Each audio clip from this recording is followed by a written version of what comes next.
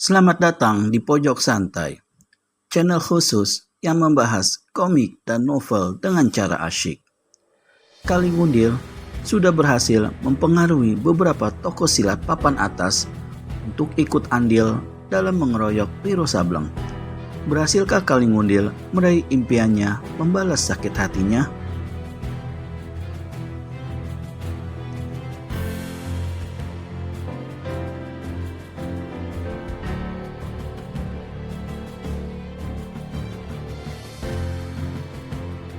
Dua kali sepeminuman teh telah lewat.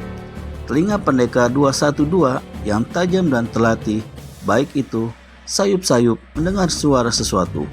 Segera pemuda ini hentikan siulannya. Kepalanya diputar ke arah timur, puncak gunung dari mana datangnya suara itu. Masih belum kelihatan apa-apa, tapi suara yang didengarnya tambah nyaring. Beberapa ketika kemudian, dari balik gundukan tanah keras tepi kawah sebelah timur, kelihatan muncul kepala seseorang menyusul dada dan badannya. Sosok tubuh manusia ini ternyata bukanlah Kali Ngundil karena tangannya tidak buntung.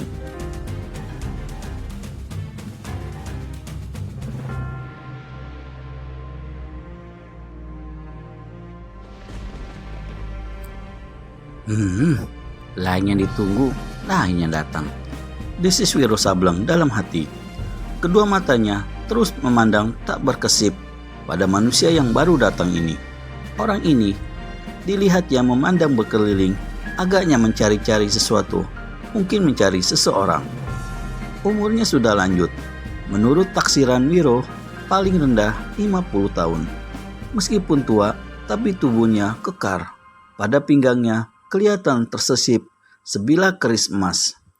Dari gerak-gerik yang enteng dan tenang, Wiro tahu bahwa orang tua ini pastilah seseorang yang menguasai ilmu silat dari tingkat tinggi.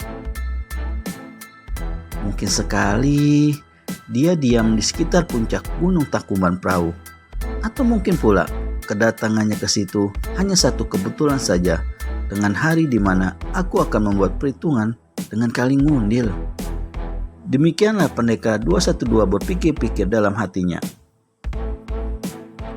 Sementara itu, si orang tua tak dikenalnya dilihatnya berdiri di tepi kawah, memandang ke bawah, lalu memutar tubuh dan menjelajahi seluruh permukaan gunung dengan sepasang matanya yang kecil tetapi tajam. Kemudian, orang tua ini pada akhirnya melangkah ke arah deretan pohon-pohon cemara dan di sini duduk melepaskan lelah. Wiro maklum kini bahwa orang tua itu datang ke situ adalah mencari seseorang, dan ketika orang itu tak ditemuinya, dia memutuskan untuk menunggu. Karena merasa tak punya urusan dengan si orang tua, Wiro tetap saja berada di tempatnya di atas pohon cemara tinggi. Matahari bergerak juga menuju ke puncak tertingginya. Wiro masih terus memperhatikan si orang tua. Mendadak diputarnya kepalanya ke arah selatan, sesosok tubuh kelihatan berkelebat. Kedatangan manusia ini boleh dikatakan tidak terdengar atau tak tertangkap oleh telinga Wiro Sableng. Nyatanya, kehebatan ilmu lari dan ilmu mengentengkan tubuhnya. Apa yang menarik pendekar 212 ialah bahwa manusia ini bukanlah Kali Ngundil yang tengah ditunggunya. Orang ini berbadan katek. Kepalanya sulah licin dan berkilat-kilat ditimpa sinar matahari. Kedua telapak kakinya bukan saja lebar, tapi juga tebal seperti kaki gajah. Tiba-tiba, pendekar 212 ingat akan keterangan gurunya Eyang Sintu Gendeng. Menurut gurunya itu, di puncak Gunung Lawu berdiam seorang tokoh silat utama bernama Tapak Gajah. Kehebatan Tapak Gajah ialah telapak pada sepasang kakinya yang berbentuk kaki gajah. Jangankan manusia, batu pun kalau ditendang akan hancur lebur.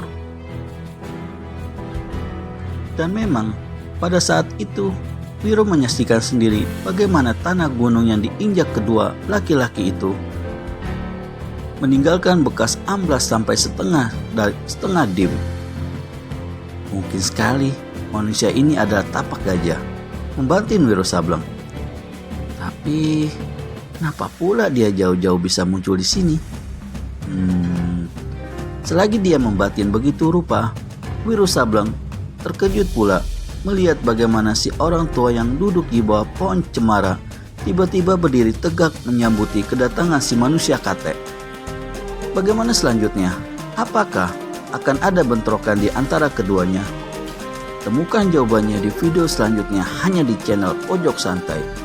Segera subscribe dan tekan tombol lonceng untuk mendapat notifikasi video terbaru dari kami. Terima kasih dan sampai bertemu kembali.